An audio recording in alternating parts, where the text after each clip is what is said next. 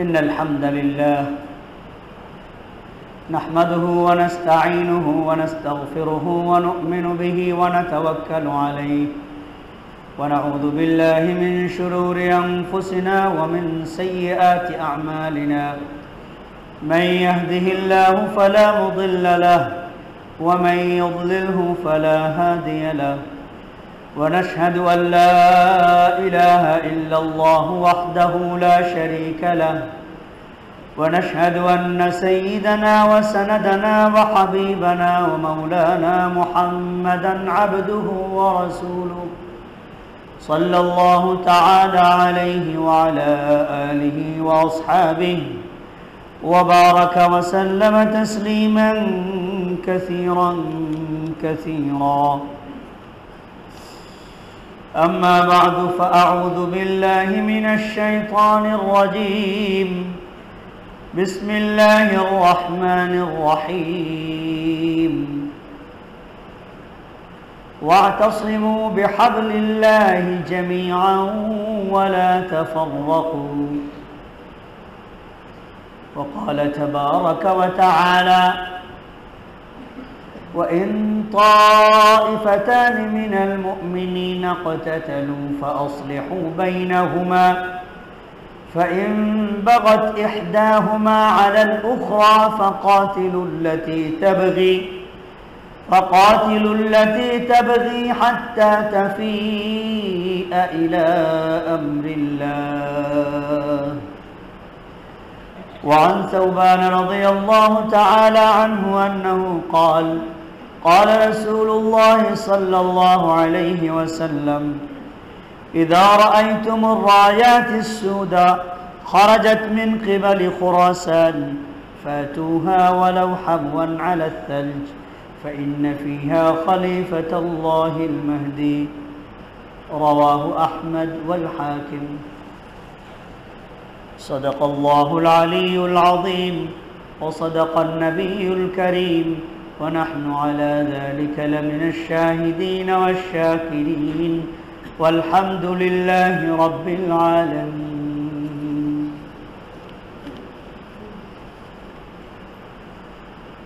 محترم حاضرين, আল্লাহ রাব্বুল আলামিনের অশেষ মেহেরবানি, তার ফজল ও করম যে তিনি আমাদেরকে তার হুকুম জুমার নামাজের ফরিজা আদায় করার জন্য তার ঘরে উপস্থিত হওয়ার তৌফিক দান করেছেন। অন্তরের অন্তঃস্থল থেকে শুকর আদায় করি, আলহামদুলিল্লাহ।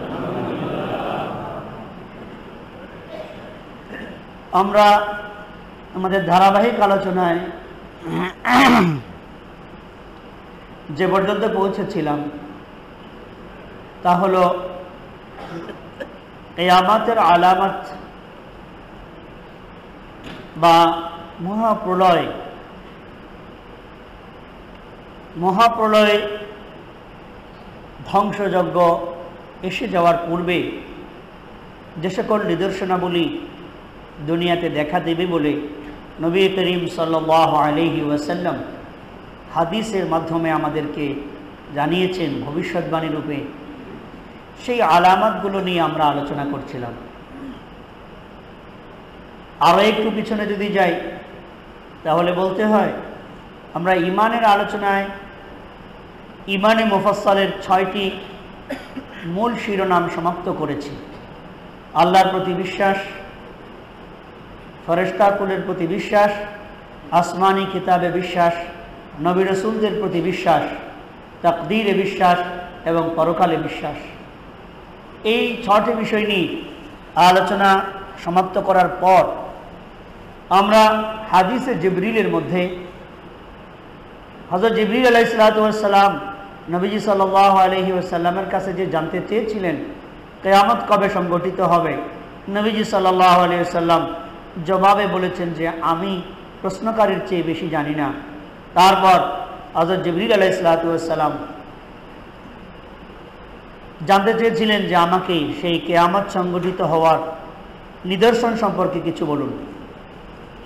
এই কিয়ামত সংঘটিত হওয়ার নিদর্শনাবলী আমাদের আকীদার সাথে সরাসরি মূল শিরোনাম আকারে সংশ্লিষ্ট না হলেও কিয়ামতে বিশ্বাস, এই কিয়ামতে বিশ্বাসের সাথে সংশ্লিষ্ট হয়ে তার আলামতে বিশ্বাস করাটাও আমাদের ঈমানের একটা অংশ। আর সেই হিসেবেই আমরা কিয়ামতের আলামতগুলো নিয়ে আলোচনা শুরু করেছিলাম। কিয়ামতের আলামতকে দুই ভাগে ভাগ করা হয়েছে। হাদিসের বর্ণনাগুলো থেকে যা বোঝা যায়, উলামায়ে কেরাম সেগুলোকে দুটি ভাগে বিভক্ত করেছেন। প্রথম ভাগ, কিয়ামতের ওই সকল আলামত বা নিদর্শন সমূহ যা দীর্ঘদিন যাবৎ ঘটতে থাকবে এবং তার বেশ কিছু পরে গিয়ে কিয়ামত সংগঠিত হবে, সেগুলোকে বলা হয় ছোট ছোট নিদর্শনাবলী বা আলামাত সুগরা। আর হাদিসের ভাষায় কিয়ামতের আলামত স্বরূপ কতগুলো বড় বড় নিদর্শনাবলীর কথা উল্লেখ করা হয়েছে, যেগুলো সংগঠিত হয়ে গেলে তার খুব অল্প সময় পরেই কিয়ামত সংগঠিত হবে, এরপরে আর বেশি দিন দুনিয়া টিকে থাকবে না।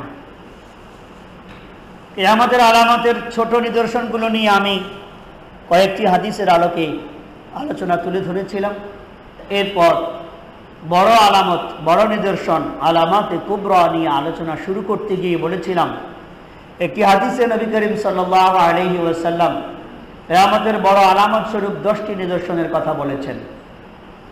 সেই 10টি নিদর্শনের হাদিসের মধ্যে ইমাম মাহদির আবির্ভাবের কথাটি নেই, তবে আরও অনেকগুলো হাদিসের মধ্যে ইমাম মাহদির আবির্ভাবের কথা বর্ণিত হয়েছে, যা থেকে বোঝা যায় ধারাবাহিকতা, বড় আলামতগুলো প্রকাশিত হওয়ার ধারাবাহিকতা শুরু হবে ইমাম মাহদির আবির্ভাবের মাধ্যমে।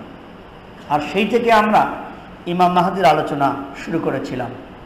আপনাদের হয়তো স্মরণে আছে, ইমাম মাহদি সম্পর্কিত বিষয়গুলো আলোচনা করতে গিয়ে আমি তার আবির্ভাবের আগ মুহূর্তে পৃথিবীর কিছু অবস্থা আপনাদের সামনে তুলে ধরেছিলাম হাদিসের আলোকে। তারপর তার পরিচয় কি হবে, ইমাম মাহদির পরিচয় কি হবে, ইমাম মাহদির জন্ম কোথায় হবে, ইমাম মাহদির আবির্ভাব কোথায় হবে এবং তিনি কতগুলো যুদ্ধ পরিচালনা করবেন, এই সব বিষয় নিয়ে আপনাদের সামনে তুলে ধরেছিলাম।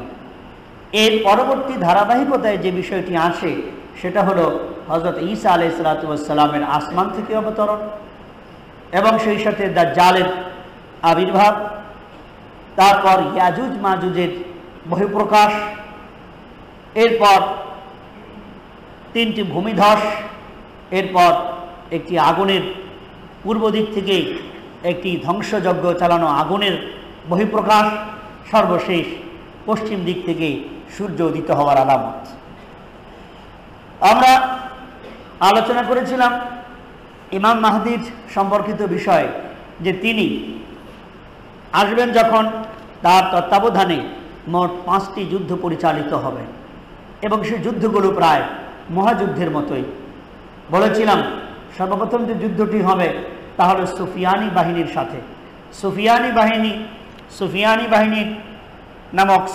নামক এক জালেম বাদশা তখন শাম বা সিরিয়াতে কর্তৃত্ব করবে। ইমাম মাহদির আবির্ভাবের কথা শুনেই সেই ইমাম মাহদির বিরুদ্ধে একদল সৈন্য প্রেরণ করবে, যারা সিরিয়া ও মক্কার মধ্যবর্তী বাইদা নামক স্থানে ভূমিধসে ধ্বংস হয়ে যাবে। আর মাত্র 2জন ব্যক্তি বেঁচে থাকবে। একজন ব্যক্তি সুফিয়ানিকে দুঃসংবাদ শোনাবার জন্য ফিরে আসবে, আর একজন ব্যক্তি ইমাম মাহদিকে সুসংবাদ শোনাবার জন্য মক্কার ভূমিকে চলে যাবে। সুফিয়ানি বাহিনীর এই প্রথম বাহিনী ধ্বংস হওয়ার পর তার মামার বংশ বা মাতুল বংশ বনু কালাবের কাছে সে সাহায্য চাইবে। তার ডাকে সাড়া দিয়ে বনু কালাবের অধিকাংশ লোক তার বাহিনীতে একত্রিত হবে। এরপর ইমাম মাহদির সাথে যুদ্ধ করার জন্য সে নতুন বাহিনী প্রেরণ যখন করবেন, ইমাম মাহদিও তখন তার বাহিনী নিয়ে অগ্রসর হবেন। আর এই যুদ্ধে ইমাম মাহদি জয়লাভ করবেন এবং সুফিয়ানি বাহিনী ধ্বংস হবে। এই বিষয়গুলো আমি আপনাদের সামনে তুলে ধরেছিলাম। আরও একবার স্মরণ করাবার জন্য, ইমাম মাহদির আবির্ভাবের পূর্বে যে সকল ঘটনাগুলো ঘটবে তার শিরোনামটা আমি আপনাদেরকে স্মরণ করিয়ে দিচ্ছি। প্রথমত, ইহুদি ও খ্রিস্টানদের সমন্বিত ষড়যন্ত্র মুসলমানদের বিরুদ্ধে এমন পর্যায়ে পৌঁছে যাবে যে মুসলমানরা আর কোনো পথ দেখবে না। শুধু ইহুদি খ্রিস্টান নয়, মুসলমান ব্যতীত অন্য সমস্ত বিধর্মীরা বলতে যা কিছু বোঝায় সকলে এমনভাবে মুসলমানদের বিরুদ্ধে ষড়যন্ত্র করতে শুরু করবে। হাদিসে উদাহরণ দিয়ে বোঝানো হয়েছে, একটি পাত্রে খাবার গ্রহণ করার ক্ষেত্রে, আহার করার ক্ষেত্রে যদি একাধিক লোক বসে, তাহলে সকলে মিলে এক ধরনের খাবার যেভাবে খেয়ে নেয়, আহার করে নেয়, তেমনিভাবে দুনিয়ার সমস্ত বিধর্মীরা মুসলমানদেরকে সেভাবে ধ্বংস করার ষড়যন্ত্রে লিপ্ত হবে। মুসলমান ও খ্রিস্টানদের মাঝে একটা সন্ধি চুক্তি হবে। মুসলমান ও খ্রিস্টানদের মাঝে সন্ধি চুক্তি খ্রিস্টানরাই লঙ্ঘন করবে এবং সেই সন্ধি চুক্তি মূলত হবে তৃতীয় আরেকটা বাহিনীর বিরুদ্ধে। মুসলমান আর খ্রিস্টান তৃতীয় বাহিনীর বিরুদ্ধে তারা যখন সন্ধি চুক্তি করবে, তারপর সেই তৃতীয় বাহিনীর মোকাবেলায় এই মিত্র বাহিনী একত্রে যখন তারা জয়লাভ করবে, তখন এক ব্যক্তি খ্রিস্টানদের মধ্য থেকে ক্রুশ উঁচু করে বলবে, ক্রুশের জয় হয়েছে। এই কথা শুনে জনৈক মুসলমান রাগে ক্ষোভে তার ক্রুশটাকে ভেঙে ফেলবেন। আর এইভাবেই খ্রিস্টানেরা মুসলমানদের বিরুদ্ধে চড়াও হবে তাদের সন্ধি চুক্তি লঙ্ঘন করে। এরপর কঠিন যুদ্ধ হবে এই খ্রিস্টানদের সাথে মুসলমানদের। মুসলমান ও মিত্রদের পরস্পরের যুদ্ধ হবে এবং মুসলমানগণ গণহারে শাহাদাত বরণ করবেন। খ্রিস্টানদের আধিপত্য তখন এমনভাবে বিস্তৃত হবে যে খাইবার পর্যন্ত, মদিনার নিকটতম খাইবার পর্যন্ত খ্রিস্টানদের আধিপত্য বিস্তৃত হয়ে যাবে। সিরিয়াতে সুফিয়ানি বাহিনীর কর্তৃত্ব ও জুলুম দেখা দেবে। 60টি অঞ্চল থেকে আল্লাহর বিশেষ প্রিয় বান্দাদের 7 জন বান্দার নেতৃত্বে অনেকগুলো বাহিনী ইমাম মাহদির তালাশে মক্কার দিকে অগ্রসর হবে। আর ইমাম মাহদিকে হাজরে আসওয়াদ ও মাকামে ইব্রাহিমের মাঝখানে তারা পেয়ে শেষ পর্যন্ত তার হাতে বায়াত গ্রহণ করবেন। ইমাম মাহদি সৈন্য সংগ্রহ করার জন্য, মুজাহিদ সংগ্রহ করার জন্য শাম, ইরাক, আফগানিস্তান পর্যন্ত নিজেই হয়তো সফর করবেন অথবা তার পক্ষ থেকে লোক প্রেরণ করবেন। রাসূলুল্লাহ সাল্লাল্লাহু আলাইহি ওয়াসাল্লাম এই কথাই বলেছেন, যখন তোমরা খোরাসান বা আরবের পূর্ব দিক থেকে কালো পতাকার বাহীদেরকে দেখবে যে তারা তাদের আবির্ভাব হয়েছে কালো পতাকা বাহী, তো তখন তোমাদের যত কষ্টই হোক বরফের পাহাড় এর উপর হামাগুড়ি দিয়ে হলেও তোমরা সেই কালো পতাকা বাহিনীর সাথে গিয়ে সংযুক্ত হও। মনে রেখো, এই বাহিনী এর ধারাবাহিকতায় ইমাম মাহদি আল্লাহ পাক যাকে খলিফা হিসেবে প্রেরণ করবেন তার আবির্ভাব হবে। ইমাম মাহদির আবির্ভাব হয়ে যাওয়ার পর সুফিয়ানি বাহিনীর সাথে যুদ্ধ হবে, খ্রিস্টানদের সাথে যুদ্ধ হবে, কনস্টান্টিনোপল বা ইস্তাম্বুল জয় করার যুদ্ধ হবে, ভারতে একটা যুদ্ধ হবে এবং দাজ্জালের সাথে সর্বশেষ জিহাদ হবে। এই 5টি যুদ্ধের, সুফিয়ানি বাহিনীর যুদ্ধের সংক্ষিপ্ত বর্ণনা আমি করেছি। আজ খ্রিস্টানদের সাথে যুদ্ধের কিঞ্চিত বর্ণনা হাদিসের আলোকে আমি আপনাদের সামনে তুলে ধরতে চাই। এভাবে বাকি 3টি যুদ্ধের আলোচনাও আমরা তুলে ধরার প্রয়াস পাব ইনশাআল্লাহুল আজিজ। আমাদেরকে মনে রাখতে হবে, এই সকল বর্ণনাগুলো আমাদের মাঝে এসে যাওয়ার পরেও আমাদের কি উদ্দেশ্যে নবী করিম সাল্লাল্লাহু আলাইহি ওয়াসাল্লাম এই হাদিসগুলো আমাদেরকে বলেছেন, এই ভবিষ্যৎবাণীগুলো আমাদেরকে শুনিয়েছেন। উদ্দেশ্য একটাই, মুসলমানদের যখন দুরবস্থা, মুসলমানদের যখন কঠিন মুমূর্ষ অবস্থা, তখন আল্লাহ রাব্বুল আলামিন মুসলমানদেরকে উদ্ধার করার জন্য তার পক্ষ থেকে এক ব্যক্তিকে প্রেরণ করবেন। মুসলমানগণ যেন অবশ্যই সেই ব্যক্তির বাহিনীর সাথে অবশ্যই যেন তারা অংশগ্রহণ করে। এটা আমাদের বলার জন্যই রাসূলুল্লাহ সাল্লাল্লাহু আলাইহি ওয়াসাল্লামের বিষয়ে আমাদেরকে সতর্ক করেছেন। দুনিয়ার বর্তমান পরিস্থিতি, ফিতনা, ফাসাদ এবং ছোট ছোট সমস্ত আলামত বাস্তবায়িত হয়ে যাওয়া এমন পর্যায়ে পৌঁছে গেছে, যারা আল্লাহওয়ালা, যারা কোরআন হাদিস গবেষণা করেন, যারা আল্লাহ রাব্বুল আলামিনের কাছে দ্বীন ইসলামের বিজয় কামনা করেন, তারা প্রত্যেকেই এখন এমন পরিস্থিতির সম্মুখীন অপেক্ষা করছেন কখন না জানি ইমাম মাহদির আবির্ভাব হয়ে যায়। এবং আল্লাহর বান্দাদের মধ্যে অনেকেই এমন আছেন যারা ইমাম মাহদির বাহিনীর অপেক্ষায় এভাবে প্রস্তুত হয়ে আছেন যে ইমাম মাহদির কথা শুনলেই তিনি ইমাম মাহদির কাছে গিয়ে অংশগ্রহণ করবেন, সেজন্য সব কিছু থেকে মুক্ত হয়ে প্রস্তুত হয়ে আছেন। এমন আল্লাহর বান্দারাও আল্লাহর দুনিয়ায় তৈরি হয়ে আছে। আমাদের কর্তব্য এখানে একটা গুরুত্বপূর্ণ বিষয় হলো, এই সমস্ত ঘটনাগুলো যখন ঘটবে তখন এমনটি হবে না যে সারা পৃথিবীর মুসলমান সংখ্যা কম, আবার এমনটিও হবে না যে এত অধিক সংখ্যক মুসলমান থাকা সত্ত্বেও সকল মুসলমান ইমাম মাহাদির বাহিনীকে সমর্থন করছে, এমনটিও হবে না। বরং এমন হবে যে ইমাম মাহাদির আবির্ভাবের পর যখন ঘোষণা ছড়িয়ে পড়বে আর কাফের মুশরিকরা, ষড়যন্ত্রকারী, মুসলমানদেরকে ধ্বংস করার জন্য সদা প্রস্তুত যারা রয়েছে, তারা অপপ্রচার চালিয়ে তাদেরকে বিভিন্ন উপাধিতে আখ্যায়িত করবে। আর এতে করে দুর্বল ইমানের অধিকারী, অজ্ঞ, মূর্খ মুসলমানগণেরা বিভ্রান্তির শিকার হয়ে ইমাম মাহাদির বিপক্ষে চলে যাবে। সুতরাং ভয় আছে, যদি আমরা সতর্ক না হই, আমরা হাদিসের বিষয়গুলোকে স্পষ্ট করে বুঝে নিজেকে তৈরি না রাখি, না জানি ইমাম মাহাদির আবির্ভাব যদি আবার আপনার আমলে হয়ে যায় আর তখন আমরা যদি বিভ্রান্তির শিকার হয়ে যাই, তাহলে আমাদের জন্য জাহান্নাম ছাড়া আর কোনো কিছুই নির্দিষ্ট হবে না। এই জন্যই আমাদেরকে এই বিষয়গুলো জানতে হবে এবং ইমাম মাহাদির সঠিক পরিচয় আত্মস্থ করতে হবে।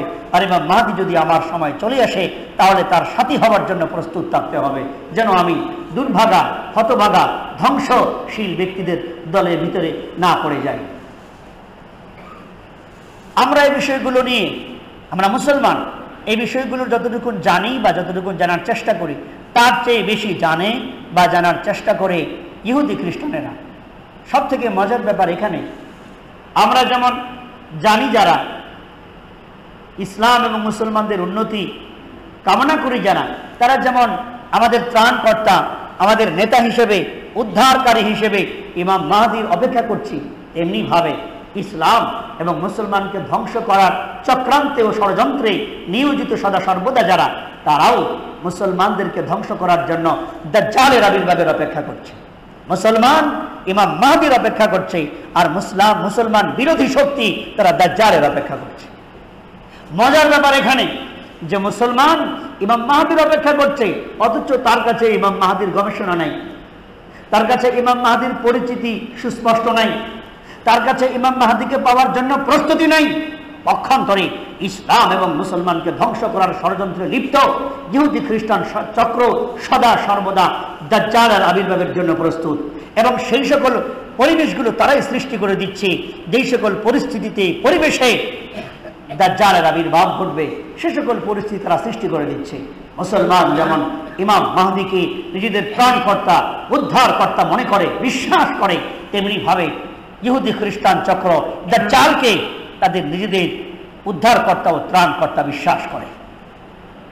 অতএব আমাদের যেটা করণীয়, ইহুদি খ্রিস্টান যেমন দাজ্জালের জন্য অপেক্ষায় আছে, আমরা মাহদির জন্য তার চেয়ে বেশি অপেক্ষা করতে থাকব, মাহদি সম্পর্কে তার চেয়ে বেশি জানব, এবং মাহদিকে এমনভাবে জানব যে তাকে পাওয়া মাত্রই আমি তার দলে ভিড়ে যাব, যেন কোনো প্রকারের ইহুদি খ্রিস্ট চক্র আমাকে তার থেকে বিরত করতে না পারে বা তার বিরোধী গ্রুপের মধ্যে আমাকে মিলাতে সক্ষম না হয়। আমি আপনাদের সামনে একটি হাদিস আজকে তুলে ধরতে চাই, মোটামুটি লম্বা হাদিস, বিস্তারিত বিবরণ হাদিসের মধ্যেই আছে, ব্যাখ্যা করার সময় হয়তো হবে না। রাসূলুল্লাহ সাল্লাল্লাহু আলাইহি ওয়াসাল্লাম যে কথাগুলো আমাদেরকে বলে দিয়েছেন, তা যদি আমরা হৃদয়ঙ্গম করার চেষ্টা করি তাহলে বোঝা যাবে যে আমরা কত পিছনে, আমরা কত অজ্ঞ, আমরা কত মূর্খ, দিন সম্পর্কে আমরা কত না জানার মধ্যে, অজ্ঞতার মধ্যে আছি।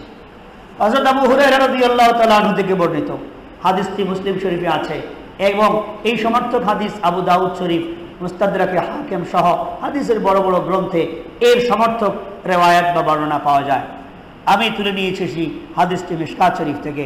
হযরত আবু হুরায়রা রাদিয়াল্লাহু তাআলা আনহু থেকে বর্ণিত, আন্না রাসূলুল্লাহ সাল্লাল্লাহু আলাইহি ওয়াসাল্লাম قال, হযরত আবু হুরায়রা রাদিয়াল্লাহু তাআলা আনহু বলেন যে রাসূলুল্লাহ সাল্লাল্লাহু আলাইহি ওয়াসাল্লাম ইরশাদ করেছেন, লা তাকুমুস সাআহ হাত্তা ইয়ানজিলা আর-রূমু বিল আ'মাকি আও বিদাবিক। কিয়ামত সংঘটিত হবে না যতক্ষণ না রোমক বাহিনী, রোমক বাহিনী বলতে খ্রিস্ট বাহিনী বোঝায়, রোমীয় বাহিনী, খ্রিস্টান বাহিনী আমাক কিংবা দাবেক নামক স্থানে অবতরণ করে। আমাক বা দাবেক। আল্লাহ রাব্বুল আলামিন নবী করিম সাল্লাল্লাহু আলাইহি ওয়াসাল্লামকে স্থানগুলোর নাম শিখিয়ে দিয়েছেন, কারণ নবী করিম সাল্লাল্লাহু আলাইহি ওয়াসাল্লাম নিজের থেকে একটা কথা বলতেন না, আল্লাহ যা শিখিয়ে দিতেন তাই বলতেন। সুতরাং আমাক ও দাবেক, আমাক কিংবা দাবেক জায়গার নাম সময়ের পরিবর্তনের কারণে বিভিন্ন রকম পরিবর্তন হয়ে যেতে পারে। যেমন আজ আলেপ্পো নামে একটা শহর আছে, যেটাকে আরবিতে বলা হয় হালাব। হালাব আজ আমাদের সামনে যেই নামে পরিচিত কনস্টান্টিনোপল, সেটা হলো ইস্তাম্বুল। হাদিসের ভাষায় যাকে বলা হয়েছে কস্তান্তইনিয়া। এইরকমভাবে সময়ের পরিবর্তনের কারণে, ভাষাগত পরিবর্তনের কারণে জায়গার নামের বিভিন্ন পরিবর্তন ঘটতে পারে। মুসলমানের কর্তব্য হাদিসের সেই ভবিষ্যৎবাণীগুলোকে অক্ষরে অক্ষরে বোঝার জন্য কি পরিবর্তন হয়েছে, বর্তমান কি নাম আছে, সেগুলো জেনে তার অপেক্ষা করতে থাকা।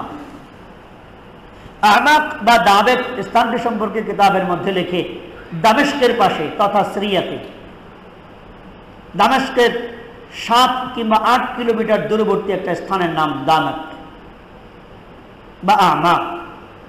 সেখানে খ্রিস্ট বাহিনী একত্রিত হবে মুসলমানদের বিরুদ্ধে যুদ্ধ করার জন্য।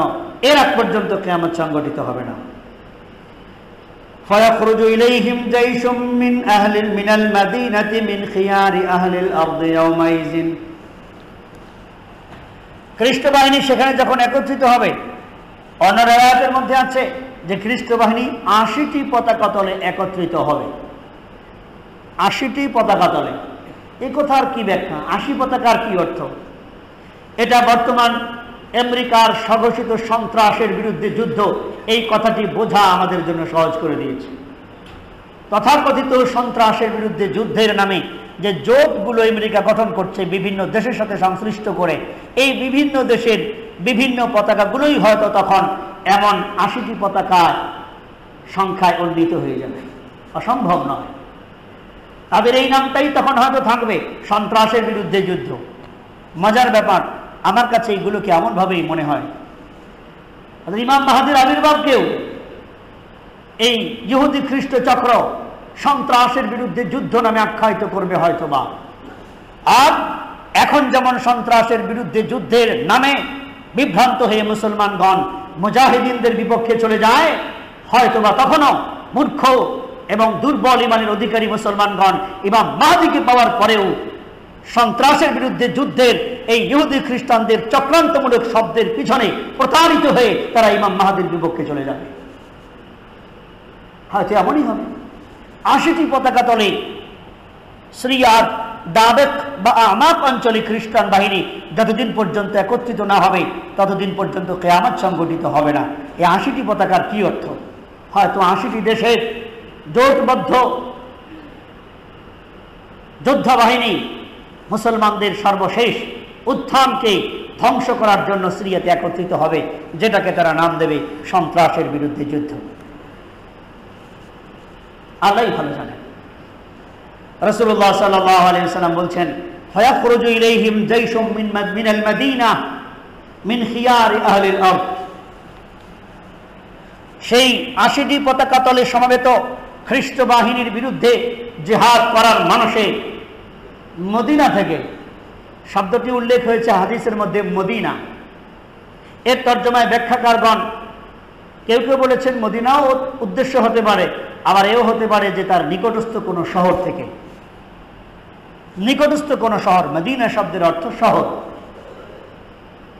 তৎকালীন সময়ের সবথেকে শ্রেষ্ঠতম ব্যক্তিবর্গের এক বাহিনী এই সম্মিলিত 80টি পতাকা তলে সমবেত খ্রিস্ট বাহিনীর মোকাবেলায় জিহাদ করার জন্য বের হবে। নবী সাল্লাল্লাহু আলাইহি ওয়াসাল্লাম সেই মুসলিম বাহিনীকে বলেছেন মিন খিয়ারি আহলিল আরদি ইয়াউমাইজিন।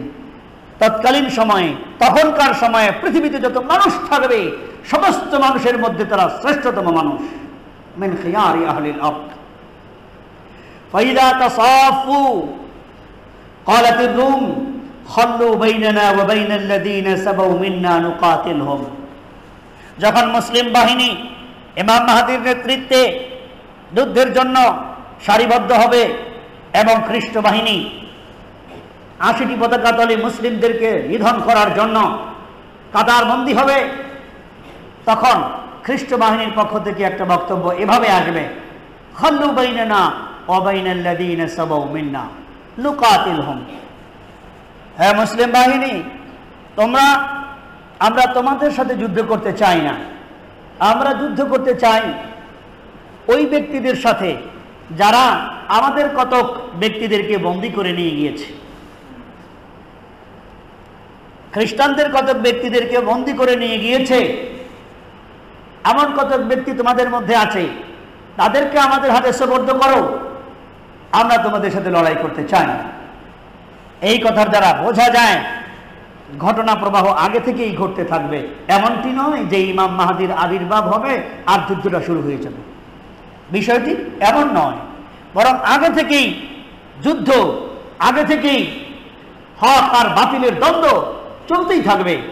আর একটা পর্যায়ে এমন হবে যে সেখানে হকপন্থী মুসলমানগণ খ্রিস্টানদের কত গুরুত্বপূর্ণ ব্যক্তিদেরকে বন্দী করে ফেলবে, আর সেই বন্দী হয়ে যাওয়ার সুবাদে খ্রিস্ট বাহিনী দেখবে যে এরা যদি বন্দী হয়ে যায়, এরা যদি আমাদের না থাকে, তাহলে আমাদের কিছুই থাকে না।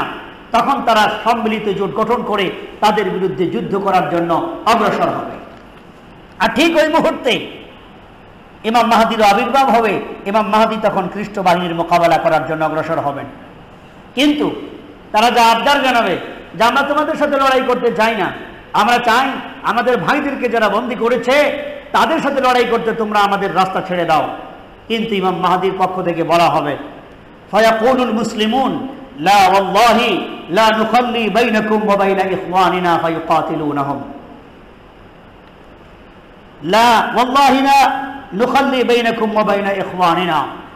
মুসলিম বাহিনীর পক্ষ থেকে বলা হবে, আল্লাহর কসম, হতেই পারে না, আমরা কোনো অবস্থাতেই আমাদের ভাই মুসলমানদেরকে তোমাদের হাতে ধ্বংস করার জন্য ছেড়ে দিতে পারি না। যদি তাদের পর্যন্ত পৌঁছতে হয় তবে আমাদের সাথে যুদ্ধ করেই তোমাদেরকে পৌঁছতে হবে। এই কথা থেকে বোঝা যায় যে ইমাম মাহদীর আগে যে যুদ্ধগুলো মুসলমানদের সাথে চলতে থাকবে খ্রিস্টানদের সাথে, সেই যুদ্ধগুলো হক এবং সেই জিহাদে এক পর্যায়ে যখন তারা পরাজিত পর্যায়ে চলে আসবেন বা দুর্বল হয়ে যাবেন, তখন তাদের উদ্ধার করার জন্যই ইমাম মাহদীর আবির্ভাব ঘটবে। আর ইমাম মাহদী তখন তাদেরকে রক্ষা করার জন্যই বলবেন, ওয়াল্লাহি লা নুখাল্লি বাইনানা বাইনাকুম ওয়া বাইনা ইখওয়ানিনা। অসম্ভব, হতেই পারে না, আমরা আমাদের ভাইদের মাঝে আর তোমাদের মাঝে রাস্তা ছেড়ে দিতে পারি না। সুতরাং কেউ যদি মনে করে যে ইমাম মাহদীর আবির্ভাব যখন ঘটবে তখন আমি তার সাথে গিয়ে জুড়বো, আর এর আগ পর্যন্ত আমার আর কোনো চিন্তা নাই, টেনশন নাই, কারণ নাই, কিন্তু ধারাবাহিকতা যদি এমন হয় যে ইহুদি খ্রিস্টানদের প্রোপাগান্ডা এবং তাদের ষড়যন্ত্রের প্রচারের কারণে মুসলমানগণ হকপন্থী মুজাহিদদেরকে সন্ত্রাসী বলে আখ্যা দিতে থাকে, আর সেই ধারাবাহিকতায় ইমাম মাহদীর আবির্ভাব ঘটে, তাহলে তো ওই যে যারা হকপন্থী ছিল তাদের মোকাবেলায় তাদের বিপক্ষে চলে যাওয়ার কারণে নিজের ঈমানটাও ধ্বংস হওয়ার উপক্রম হয়ে গেল। সাবধান থাকতে হবে। বলছিলাম, মুসলিম বাহিনীর পক্ষ থেকে তখন বলা হবে, অসম্ভব, খোদার কসম, কিছুতেই আমরা আমাদের ভাইদের মাঝে আর তোমাদের মাঝে রাস্তা ক্লিয়ার করে দিতে পারি না। তাদেরকে যদি পেতে হয় তাহলে আমাদের সাথে যুদ্ধ করেই তোমাদেরকে পেতে হবে। পরবর্তী কথা আমি পরবর্তীতে বলছি। এ পর্যায়ে মসজিদের দান যারা সংগ্রহ করবেন তাদেরকে মসজিদের দান সংগ্রহ করার জন্য অনুরোধ করছি। মসজিদের সামগ্রিক কাজের জন্য আপনাদের উদার হস্তকে প্রসারিত রাখার জন্য বিনীতভাবে অনুরোধ করছি। গত সপ্তাহে আপনাদের দানে 14,500 টাকা সংগৃহীত হয়েছিল। আল্লাহ রাব্বুল আলামিন ছোট বড় আমাদের সকলের দানকে পরকালের নাজাতের ওসিলা হিসেবে কবুল করে নেন, আমিন। আমি হাদিসটি তর্জমা করছি এবং তর্জমা করেই আমার আলোচনা আজকে শেষ করার চেষ্টা করব। বলছিলাম, মুসলমানগণ খ্রিস্টানদের এই দাবি প্রত্যাখ্যান করবেন, বলবে আমাদের সাথে লড়াই করেই তোমাদেরকে তাদের পর্যন্ত বসতে হবে। ফায়ুকাতিলুনহুম। এরপর খ্রিস্ট বাহিনীর সাথে 80টি পতাকা তলে সমবেত খ্রিস্ট বাহিনীর সাথে ইমাম মাহদীর নেতৃত্বে মুসলিম বাহিনীর জিহাদ শুরু হবে। জিহাদ শুরু হওয়ার পর যে পরিস্থিতিটা সৃষ্টি হবে নবী করিম সাল্লাল্লাহু আলাইহি ওয়াসাল্লাম তার বর্ণনা করছেন। ফায়ানহাজিমু সুলুসুন লা ইয়াতুবুল্লাহু আলাইহিম আবাদা। যুদ্ধের পরিস্থিতি এমন হবে যে খ্রিস্ট বাহিনীর শৌর্য বীর্য, তাদের শক্তি দম্ভ, তাদের সমস্ত সমরাস্ত্র, আধুনিক প্রযুক্তি, এই সব কিছু দেখে মুসলমানদের একটা অংশ, যারা সংখ্যায় 1/3 হবে, মুসলমানদের 1/3 পরাজয় বরণ করবে, তারা আত্মসমর্পণ করে ফেলবে। হাদিসের ভাষায় ফায়ানহাজিমু সুলুসুন, 1/3 মুসলিম সম্প্রদায় ঈমান দুর্বল হওয়ার কারণে, অজ্ঞতা মূর্খতার কারণে তারা ইসলাম ছেড়ে দেবে, খ্রিস্টানের কাছে আত্মসমর্পণ করবে। নবী করিম সাল্লাল্লাহু আলাইহি সাল্লাম বলেন লা ইয়াতুবুল্লাহু আলাইহিম আবাদা। এরা আত্মসমর্পণ করার কারণে, পরাজয় মেনে নেওয়ার কারণে আল্লাহ রাব্বুল আলামিন আর কোনোদিন তাদের তওবা কবুল করবেন না।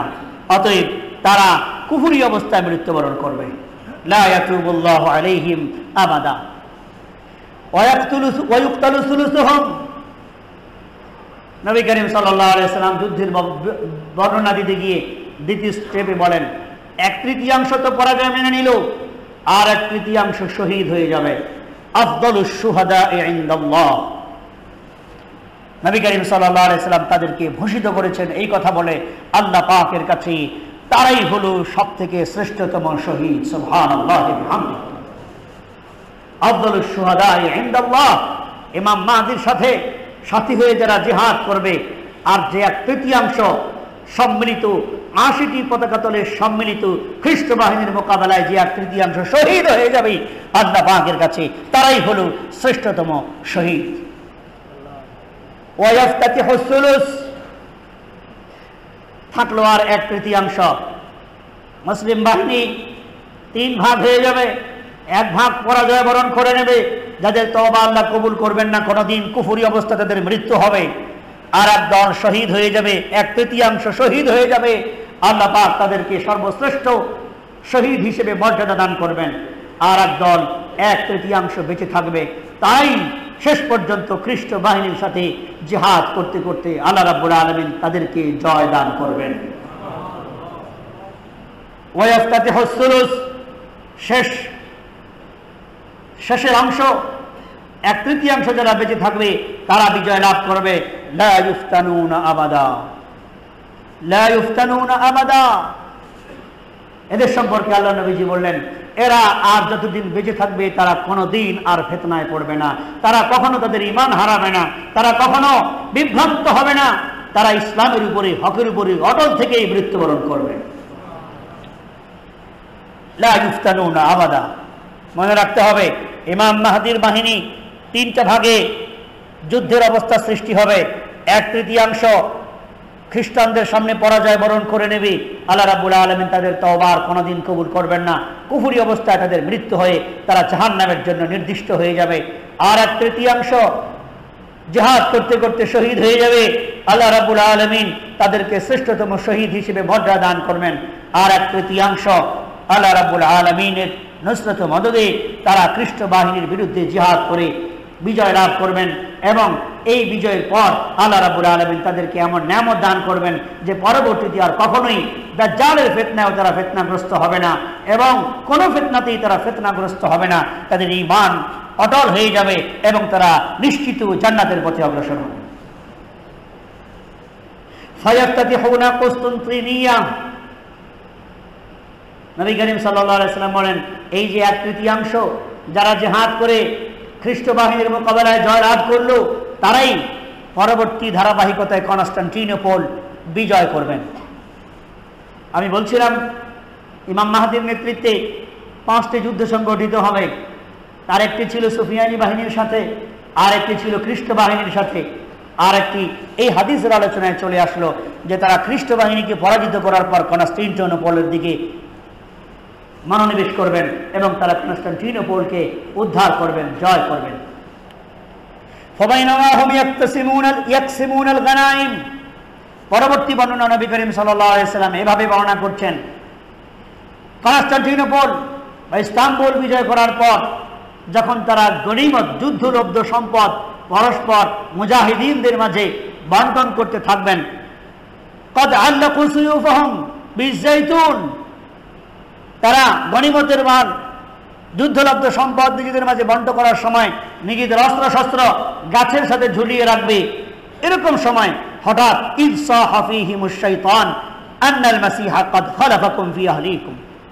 হঠাৎ শয়তান একটা গুজব ছড়িয়ে দেবে, চিৎকার করে একটা আওয়াজ ছড়িয়ে দেবে, দাজ্জাল, কানা দাজ্জাল, কানা দাজ্জাল তোমাদের ঘর বাড়িতে আক্রমণ করে বসেছে। মুসলমানগণ যুদ্ধলব্ধ সম্পদ, গনিমতের সম্পদ বন্টন করছে, নিজেদের অস্ত্র শস্ত্র রেখে দিয়ে হঠাৎ একটি গুজব শয়তান ছড়িয়ে দিবে, কানা দাজ্জালের বহিঃপ্রকাশ হয়েছে, সে তোমাদের পিছনে তোমাদের ঘর বাড়ির উপর আক্রমণ করে বসেছে। ফায়াখরুজুন, এই কথা শোনার সাথে সাথে সেই মুসলমানগণ গনিমতের মাল রেখে, গনিমতের সম্পদ রেখে তারা দাজ্জালের মোকাবেলা করার জন্য অগ্রসর হবে। ওয়াযালিকা বাতিল, কিন্তু এই ঘোষণাটি, এই গুজবটি হবে মিথ্যা, এটি হবে বাতিল, আসলে ঘটনাটি সত্য নয়। কিন্তু এই মিথ্যা ঘোষণা বা গুজব শুনে মুসলমানগণ তারা চলে আসবেন, তারা কনস্টান্টিনোপল থেকে সিরিয়া পর্যন্ত চলে আসবেন। যেই সিরিয়া পর্যন্ত এসে পৌঁছবেন এরকম সময় কানা দাজ্জালের আবির্ভাব ঘটে যাবে। এরকম সময় কানা দাজ্জালের আবির্ভাব ঘটে যাবে। ফাবাইনামা হুম ইউইদ্দুনা লিল কিতাল ইউসাউনা আস-সুফুফ, কানা দাজ্জালের সত্যই যখন আবির্ভাব ঘটবে, ওই বিজয়ী মুসলমানগণ কানা দাজ্জালের মোকাবেলা করার জন্য, কানা দাজ্জালের মোকাবেলা কেন করবে? কানা দাজ্জাল তো ইহুদিদের, খ্রিস্টানদের ত্রাণকর্তা হিসেবে এসেছে। মূলত তখন দৌরাত্ম্য থাকবে ইহুদিদের, কারণ খ্রিস্টানদের চরম পরাজয় হয়েছে। হাদিসের ভাষায় খ্রিস্টানদের পরাজয় এমন ভাবে হবে যে রাসূল সাল্লাল্লাহু আলাইহি সাল্লাম বলেন, ওই যুদ্ধে এমন ভাবে খ্রিস্ট বাহিনী নিহত হবে যে একটি পাখি যদি ওই লাশের উপর দিয়ে উড়ে যেতে থাকে তো পাখি উড়তে উড়তে উড়তে উড়তে পাখি হতাশ হয়ে যাবে, কিন্তু লাশের সারি শেষ হবে না। এমন পর্যায়ে খ্রিস্ট বাহিনী মুসলমানদের হাতে নিহত হবে। অতএব খ্রিস্টানদের এই যে পরাজয় হয়ে গেল, আর খ্রিস্টানদের দৌরাত্ম্য পৃথিবীতে দেখা দেবে না। সুতরাং তখন আছে ইহুদি চক্র, দাজ্জাল এসেছে এবার ইহুদি চক্রের সাথে, ইহুদি চক্রকে ত্রাণকর্তা হিসেবে ইহুদি চক্র তার পিছনে আছে। দাজ্জালের সাথী হয়ে ইহুদিরা যখন মুসলমানদের বিরুদ্ধে যুদ্ধ করার প্রস্তুতি নেবে, আর মুসলমানগণ দাজ্জালের মোকাবেলায় যুদ্ধ করার প্রস্তুতি নেবে, কাতারবন্দি হবে, এমন সময় আসরের নামাজের জামাতের সময় হয়ে যাবে। একটি সাদা মিনারা থাকবে, সেই মিনারার উপর আসরের নামাজের আগ মুহূর্তে কানা দাজ্জালকে কতল করার জন্য হযরত ঈসা আলাইহিস সালাতু ওয়াস সালাম গোসল করে দুইজন ফেরেশতার কাঁধে ভর করে ওই মিনারার উপরে অবতরণ করবেন। ইজ উকিমাত, ইকামত হয়ে যাবে। ফায়ানজিলু ঈসা ইবনে মারইয়াম, ঈসা আলাইহিস সালাতু ওয়াস সালাম অবতরণ করবেন। ফাআম্মাহুম, তিনি এসে ইমামতি করবেন। আবার অন্য বর্ণনায় আছে তিনি ইমামতি করবেন, অথবা তার উপস্থিতিতে তোমাদের ইমামে ইমামতি করবেন। ফাইজা রাআহু আদুউল্লাহ, এর ঘটনা প্রবাহ পরবর্তীতে যখন আল্লাহর দুশমন কানা দাজ্জাল হযরত ঈসা আলাইহিস সালাতু ওয়াস সালামকে দেখবে, অর্থাৎ সারা দুনিয়াতে তার নৈরাজ্য বিস্তৃত করার পর, সারা দুনিয়াকে ধ্বংসের দিকে ঠেলে দেওয়ার পর, সর্বশেষ যখন ঈসা আলাইহিস সালাতু ওয়াস সালামের মুখোমুখি হবে, ঈসা আলাইহিস সালাতু ওয়াস সালামকে যখন কানা দাজ্জাল দেখে ফেলবে, যাবা কামা ইয়াযুবুল মিলহু ফিল মা, ঈসা আলাইহিস সালাতু ওয়াস সালাম তার দৃষ্টিতে আসার সাথে সাথে পানির ভিতরে লবণ যেমন গলে যায়, তেমনি ভাবে দাজ্জাল ঈসা আলাইহিস সালাতু ওয়াস সালামের দৃষ্টির সীমায় আসার কারণে ওইভাবে গলতে গলতে শেষ হয়ে যেতে থাকবে। রাসূলুল্লাহ সাল্লাল্লাহু আলাইহি সাল্লাম বলেন, ফালাউ তারাকাহু লান যাবা হাত্তা ইয়াহলিক, যদি ঈসা ইবনে মারইয়াম, আল্লাহর নবী ঈসা আলাইহিস সালাতু ওয়াস সালাম যদি তাকে কতল না করে ওই অবস্থায় রেখে দিতেন, তাহলেও সে গলতে গলতে ধ্বংস হয়ে যেত। কিন্তু ওয়ালাকিন ইয়াকতুলুহুল্লাহু বিয়াদিহি ফায়ুরিহিম দামাহু ফি হারবাতিহি, আল্লাহ রাব্বুল আলামিন এভাবে লিখে রেখেছেন যে সে ওইভাবে গলে ধ্বংস হবে না, বরং ওই মালউন দাজ্জাল হযরত ঈসা আলাইহিস সালাতু ওয়াস সালামের হাতে নিহত হবেন, এবং ঈসা আলাইহিস সালাতু ওয়াস সালাম নিজের নেজায় তার রক্ত সমস্ত অনুসারীদেরকে দেখাবেন যে এই যে দাজ্জালকে ধ্বংস করা হয়েছে। এই হাদিসের মধ্যে একটা ধারাবাহিকতা বর্ণনা করা হলো। হাদিসটি মিশকাত শরীফ থেকে সংগ্রহ করা হয়েছে, মুসলিম শরীফের বর্ণনা আবু দাউদ শরীফের মধ্যেও আছে। এই হাদিসের বর্ণনায় দেখা গেল ইমাম মাহদির পরেই ঈসা ইবনে মারিয়ামের কানা দাজ্জালের আবির্ভাব, কানা দাজ্জালকে হত্যা করতে ঈসা আলাইহিস সালাতু ওয়াস সালামের আবির্ভাব। আমাদেরকে আলোচনা করতে হবে ঈসা আলাইহিস সালাতু ওয়াস সালাম কি কি করবেন, কানা দাজ্জাল কি কি করবে, এ বিষয়ে সবিস্তারে আমরা আলোচনা পরবর্তীতে করব। যেটা আমরা আলোচনা করছিলাম সেটা হলো ইমাম মাহদির তত্ত্বাবধানে খ্রিস্ট বাহিনীর সাথে যুদ্ধ। আমরা সে আলোচনা এই হাদিসের থেকে পেয়ে গেলাম। একটা কথা স্মরণ রাখতে হবে যে এই যুদ্ধটা এখানেই শুধু কেবল সীমাবদ্ধ থাকবে না, আরো কয়েকটা যুদ্ধ সংগঠিত হবে। সবগুলো যুদ্ধে হযরত ইমাম মাহদি নিজেই সশরীরে উপস্থিত থাকবেন তা জরুরি নয়, বরং তার পক্ষের লোকেরা কেউ যুদ্ধ করবে আফগানিস্তানে, কেউ যুদ্ধ করবে ভারতে, কেউ যুদ্ধ করবে কনস্টান্টিনোপলে। হয়তো ইমাম মাহদি কোনো কোনো জায়গায় নিজে শরীক থাকবেন, আর কোনো কোনো জায়গায় তার গভর্নরেরা বা তার অন্যান্য সেনাপতির নেতৃত্বে যুদ্ধ চলতে থাকবে। পরবর্তী যুদ্ধের আলোচনাগুলো সামনে আলোচনা করার ইচ্ছা রইল। আল্লাহ রাব্বুল আলামিন যে তৌফিক দান করেন। ওয়া